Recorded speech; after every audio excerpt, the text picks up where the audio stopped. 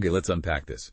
Imagine you have a tool, something potentially powerful enough to cool the planet, maybe even wind back some of the really dangerous effects of climate change. Sounds good, right? Hopeful. That definitely sounds hopeful on the surface. But what if just thinking about that tool, developing it, or using it, what if that fundamentally shifts how we even see the climate problem itself? Or, who we trust to fix things. Or even whether we feel that same urgency to cut pollution in the first place. Exactly. Well, that whole tangled mess, human behavior, our perceptions, that's really complex technology. That's basically what this deep dive is all about today. We're digging into a perspective piece just out today, June 6, 2025. Right. It's in Environmental Research, Climate, by Brian Beckage and a team. And they're looking closely at solar radiation modification, SRM, but really through that human lens. And our mission here is to try and understand why, whenever SRM comes up, whether it's just an idea or maybe being researched or someday even deployed, why we absolutely have to include all that messy, unpredictable human stuff. Yeah, our gut reactions, who we trust, our worries about what might go wrong. Because this paper argues pretty convincingly, I think, that if we don't factor in those human elements, our predictions, our expectations for how SRM might actually play out, well, they'll be way off. Completely skewed. So yeah, get ready for some insights that might surprise you about the psychology of climate intervention. So let's set the scene first. Why does something like SRM even come up? I mean, isn't the main goal just cutting emissions? It is, absolutely. But the paper starts there with that harsh reality. The source points out that despite, all the efforts, global greenhouse gas emissions, they're still increasing. Which feels like we're constantly fighting an uphill battle. Totally. And tackling those emissions means this massive, complex, super expensive energy transition globally. And even if we managed it overnight, which we won't, right, the climate system itself has huge inertia. Think of it like trying to turn a giant container ship. Takes ages. Exactly. It takes a long, long time to change course. And the CO2 we've already put up there, it stays in the atmosphere for centuries. Wow. So even if emissions magically stop tomorrow, we're still locked into warming and impacts from everything we've already emitted. Precisely. And it's that reality, the fact impacts stick around, the slow pace of the energy shift, emissions still rising, that leads researchers, policymakers to even consider things like SRM.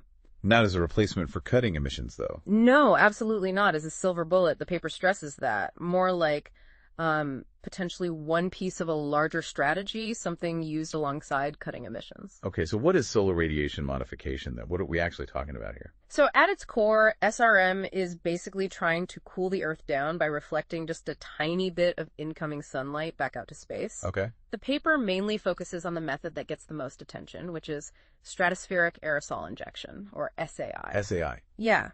The idea is you'd inject these tiny particles, aerosols, like sulfates maybe, high up into the stratosphere. It's kind of mimicking what happens naturally after huge volcanic eruptions. Ah, like Mount Pinatubo back in the 90s. Exactly like Pinatubo. That eruption did measurably cool the planet for a year or two afterwards. So the idea is sort of using nature's proof of concept, but doing it deliberately. Okay, artificially recreating that cooling effect. Right. And the potential appeal, at least according to the paper, is that SAI could potentially lower global temperatures pretty quickly, and maybe compared to the trillions needed for the full energy transition at a lower direct cost for the engineering part. That does sound incredibly appealing, especially when you hear about the urgency. But, a technology this powerful, it must come with serious downsides, potential risks. Oh, absolutely. The paper is very clear that the potential benefits come with big, big caveats. First, the cooling effect. It's temporary. Meaning, if you stop injecting the aerosols, the cooling effect disappears pretty quickly. So you'd need to keep doing it continuously to maintain the cooling. So it's like getting on a global climate treadmill you can basically never get off. That's a good way to put it. Yeah. A very demanding one, too, requiring constant global effort.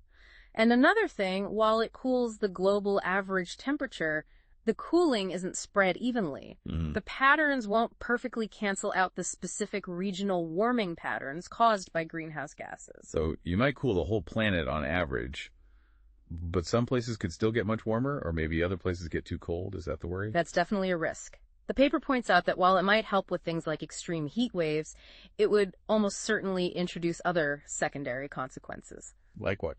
A major one they highlight is changes to regional weather patterns, especially precipitation, rain and snowfall. Oh, wow.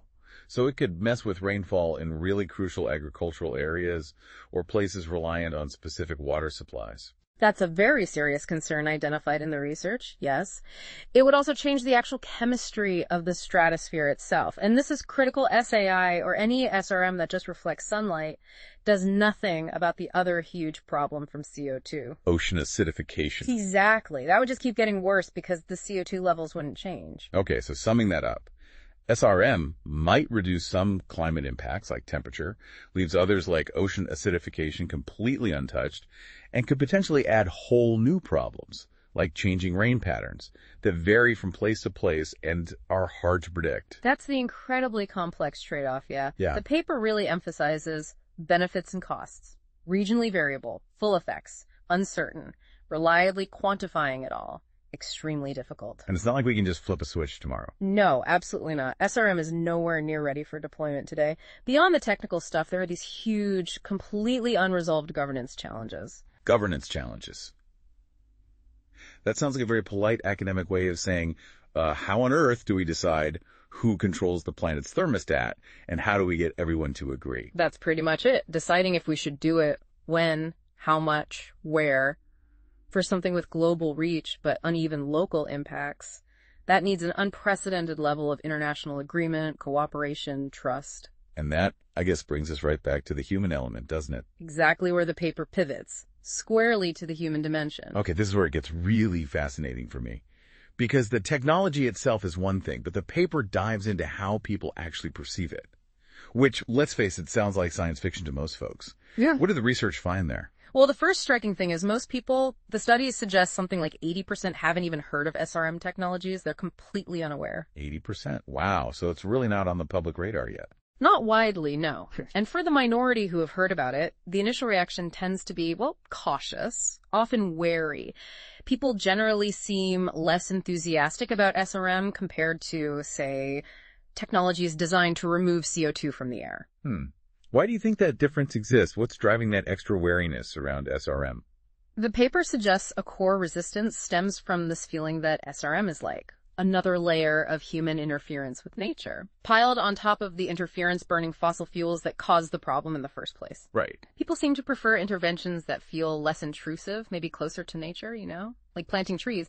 So how SRM gets framed, is it linked to natural things like volcanoes, or is it presented as purely artificial technology? That seems to really matter for perception. So that playing God anxiety, the worry about unnatural meddling, that's a big psychological hurdle. It seems to be a major barrier. And another factor the paper highlights as absolutely crucial for public acceptance is trust. Trust in. Trust in the institutions involved, the scientists doing the research, the governments potentially making decisions, any corporations involved, basically the people who would develop or control this thing. Higher trust seems to correlate with more support for SRM. Makes sense. And the paper notes, as awareness grows, how the media covers SRM successes, dangers, uncertainties, that's going to be hugely influential in shaping public trust, for better or worse. Yeah, that feels intuitive. If you're already skeptical of the people proposing something, you'll likely be skeptical of the proposal itself, especially when it's this big and uncertain. Exactly right. And that skepticism feeds directly into another major concern they discuss at length, the moral hazard. Ah, yes. The classic moral hazard argument. This is the worry that if we have this potential technological fix, this safety net like SRM, it just makes us less motivated, less urgent about doing the hard, necessary work of cutting emissions. That's the nub of it. It's a worry you hear from experts, from the public too. The fear is basically that the promise of an easier way out weakens our resolve to tackle the root cause. Which would be terrible, because like we just discussed, SRM doesn't fix the root cause, doesn't fix ocean acidification, and has its own huge risks. Right. However, and this is one of the really surprising findings the paper pulls out, most of the actual research done so far finds very little evidence that just learning about SRM actually makes people less willing to support or do mitigation. Seriously, that feels completely counterintuitive, given how often you hear that fear expressed. It does, doesn't it? Some studies they cite even suggest that learning about SRM might increase people's support for things like carbon taxes or offsets. The evidence for that mitigation deterrence effect seems to mostly pop up only when SRM is presented in a really unrealistic way, like it's some simple, perfect silver bullet solution with no downsides. So again, it really hammers home how critical the framing is, how the information is presented. Absolutely critical. And check this out, another fascinating point from a simulation study they mention. In this experiment, the pretend policymakers were really worried that if they used SRM, the pretend public would slack off on cutting emissions. And that worry actually stopped the policymakers in the game from using SRM. Even though, in the simulation, using SRM would have been beneficial overall, and the simulated public didn't actually reduce their mitigation efforts at all. Wow. Hold on. So the fear of moral hazard among the decision makers could actually be a bigger block to using SRM than the public's actual reaction. That kind of flips the usual concern on its head. It really highlights how these human things, perceptions, fears, even misjudging how others might behave, can become these powerful, independent forces in the decision-making process, potentially blocking options even if they might, on paper, have benefits. Yeah, that makes it crystal clear that perceptions aren't static. They're not fixed. They evolve. And the paper talks about how this might happen over time through different phases. It does. They propose this conceptual framework, basically a way to think about how public views and actions around SRM might shift, especially if climate impacts get worse and SRM moves from just being an idea to something potentially real. And it's all driven by this shifting balance between how risky we perceive greenhouse gases to be versus how risky we perceive SRM to be. Exactly. The perceived GHG risk versus the perceived SRM risk. Okay, let's walk through those phases. How does it start? Phase 1. So phase 1 is pre-development. SRM is mostly just an abstract idea. The technology isn't really operational. Support for even developing it starts to grow if the perceived risk from climate change itself, that feeling of urgency, the danger from worsening floods, droughts, heat waves, if that feels bigger than the perceived risk from SRM. And at this early stage, the perceived SRM risk is mainly hypothetical, right? Based on fear. Pretty much. It's based on abstract worries like moral hazard, maybe a general distrust of powerful tech, low public awareness. And because awareness is low, early media coverage plays a massive role in shaping those initial gut feelings. Right. Now, if climate impacts really start hitting hard, driving up that perceived GHG risk and urgency really fast, that pressure could actually push for faster SRM development, maybe even if people still think SRM itself is pretty risky. So a sense of crisis could potentially override some of that initial caution. Makes sense. What about phase 2? Phase 2 is pre-deployment. Okay, so now the research has happened. Maybe there's been some testing. International talks are underway. The capacity to do SRM exists, but it's not actually being used yet. The big decision point is deployment. And the drivers are still that risk balance. Still the perceived GHG risk versus perceived SRM risk. But, and this is crucial now, the actual progress we're making, or not making, on cutting emissions really starts to matter for those perceptions. How so? Well, if mitigation efforts are strong, if people see real action happening, maybe those moral hazard fears about SRM seem less worrying. It feels less like an excuse. Okay. But if mitigation stalls or fails, then the concerns about SRM undermining emission cuts could get much stronger. Right. So continued real action on emissions could make SRM feel more like a carefully considered, maybe necessary supplement rather than a dangerous distraction. Potentially, yes. That's the idea. And during this phase, major societal disruptions from climate impacts are still a big risk. They could erode our ability to mitigate, but maybe they also make SRM look more attractive as a rapid response tool when other options feel strained. And then phase 3, post-deployment. SRM is actually being used. Yeah, and this is where things get really complex. So SRM is actively lowering global temperatures, hopefully, but it's also probably causing some of those unwanted regional side effects we talked about, like messing with rainfall somewhere. Right. So the perceived risk now really depends on how people weigh the good outcome, less heat, against the bad outcomes, side effects. And that balance is going to be different in different places, right? Depending on who gets the benefits and who gets the negative side effects. And it also depends on how much SRM is being used relative to the underlying GHG warming. And this must be where attributing cause and effect, figuring out what's causing what, becomes absolutely critical and probably really contentious. Hugely critical. It's a major dynamic shift identified in the paper. When some climate event happens, say a massive flood or a terrible drought, people are going to try and figure out why. Was it just baseline climate change doing its thing? Or was it an unintended consequence of the SRM messing with local weather? And telling the difference might be scientifically really hard. Extremely hard in many cases. And the paper argues that attribution won't just be about the science, it'll be heavily influenced by trust. Do people trust the scientists? Do they trust the institutions managing the SRM? Do they trust the media reporting on it to tell them the real cause? So if a drought hits, do people blame the underlying climate change, which might actually increase support for continuing SRM as a defense? Or do they blame the SRM itself for screwing up the weather, leading to calls to stop it? Exactly that dilemma. Blaming SRM, support goes down. Blaming GHG, support might go up. And given that low initial public awareness we talked about, how the media and political leaders frame these attribution questions early on could have massive long-term impacts on trust and whether people accept SRM. And regional differences could really explode here. Absolutely. If one region feels it's getting all the negative side effects while another gets the benefits, you can easily see how that leads to conflict or really inconsistent deployment, maybe calls to stop it altogether. And disruption from climate impacts is still a factor even when SRM is deployed. Still a major risk. Big climate disasters could disrupt society so much that it hinders both our ability to keep cutting emissions and our ability to manage SRM effectively and cooperatively. However, the paper also notes that if climate impacts get truly catastrophic, SRM, even with all its known and unknown risks, might start to look less risky than runaway climate change. The lesser of two evils, potentially. Potentially. But there's also a more positive possibility raised. What if SRM is deployed relatively early and successfully? What if it actually reduces major climate impacts and helps prevent widespread societal disruption? Then what? Then, the paper suggests, it could actually preserve institutional capacity, maintain international cooperation, and potentially create a more stable world where it becomes easier to accelerate efforts to cut greenhouse gas emissions. So it could create a positive feedback loop. Potentially, yes. Provided, and it's a big proviso, those initial moral hazard fears don't materialize or are effectively managed. So SRM could end up enabling more mitigation, or completely distracting from it, or even making things worse through conflict.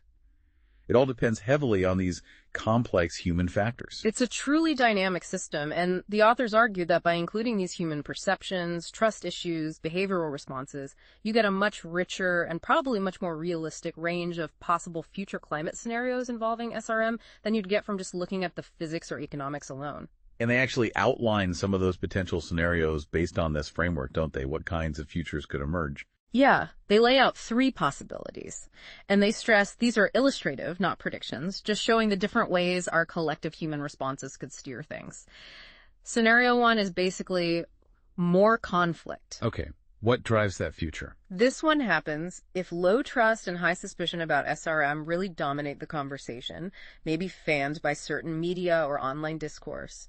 That general wariness prevents SRM from ever being developed or deployed. And the result? Well, without SRM, greenhouse gas impacts just keep getting worse, leading to more severe societal disruption. That disruption itself makes it harder to respond effectively, and critically, it could breed geopolitical conflict and mistrust. Nations might blame each other for the worsening impacts or for blocking a potential solution like SRM. Sounds like a pretty grim downward spiral. Yeah. What's the second scenario? The second one they call messy, uncoordinated deployments. In this future, SRM does get developed, maybe because the perceived risk from climate change gets really high.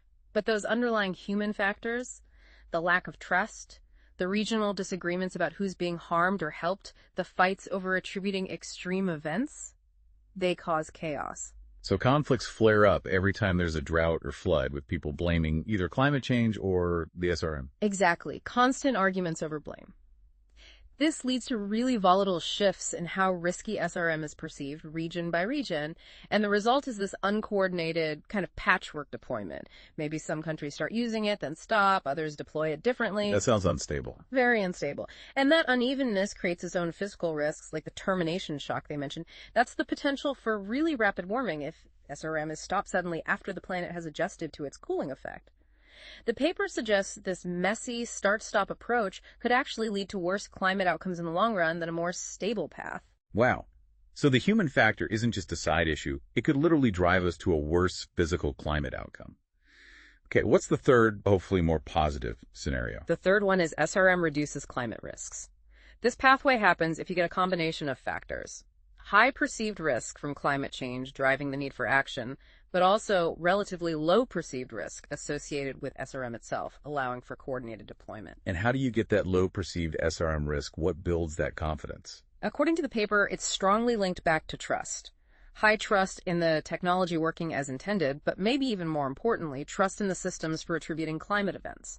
trusting that scientists, institutions, and the media can accurately figure out whether a specific drought was caused by GHGs or was an SRM side effect, and communicate that reliably. So high trust enables global cooperation on SRM. That seems to be the key linkage. If you have that trust, it allows for coordinated, internationally agreed-upon deployment. If that deployment is successful in reducing the worst climate impacts, the authors suggest it could actually strengthen institutions, boost international cooperation, and create a more stable global environment. And in that more stable environment, It could actually become easier to push forward with accelerated efforts to cut greenhouse gas emissions. so in that scenario, SRM isn't replacing mitigation at all. It's actually helping create the conditions where more mitigation becomes possible. That's the potential positive feedback loop the framework suggests is possible, yes.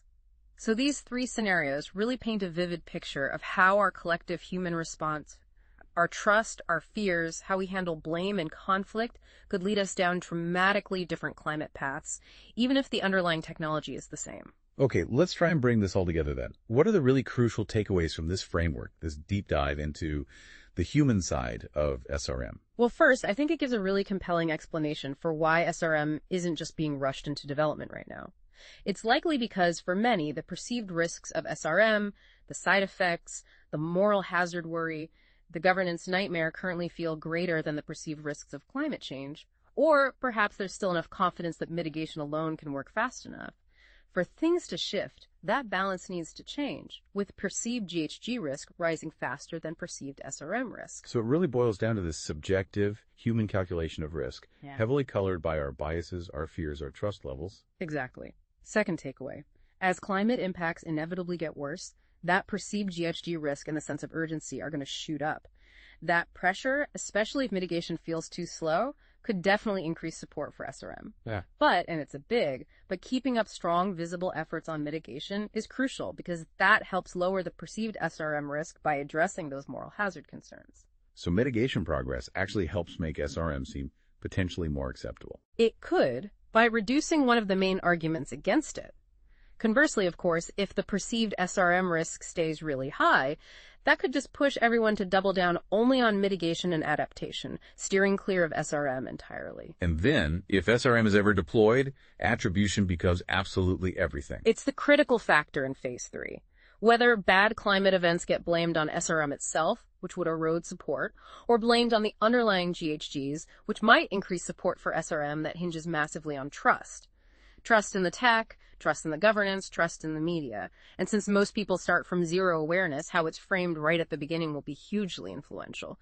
Regional differences in impacts and beliefs could easily fracture consensus and lead to that messy, uncoordinated outcome. Right. And finally, that role of societal disruption. Yeah, it's a double-edged sword. Disruption from climate impacts obviously makes it harder to mitigate emissions effectively. SRM offers this potential quick cooling tool that might stabilize things and preserve our capacity to act. But trying to deploy something as complex as SRM during major chaos could easily fuel conflict over blame and derail the whole effort. Unless things get so bad. Unless things get so bad, the paper acknowledges that SRM starts to look necessary despite the risks. But the hopeful angle remains. If SRM can be deployed successfully early on, it might preserve that societal capacity, creating breathing room and maybe even fostering the cooperation needed for more ambitious mitigation later.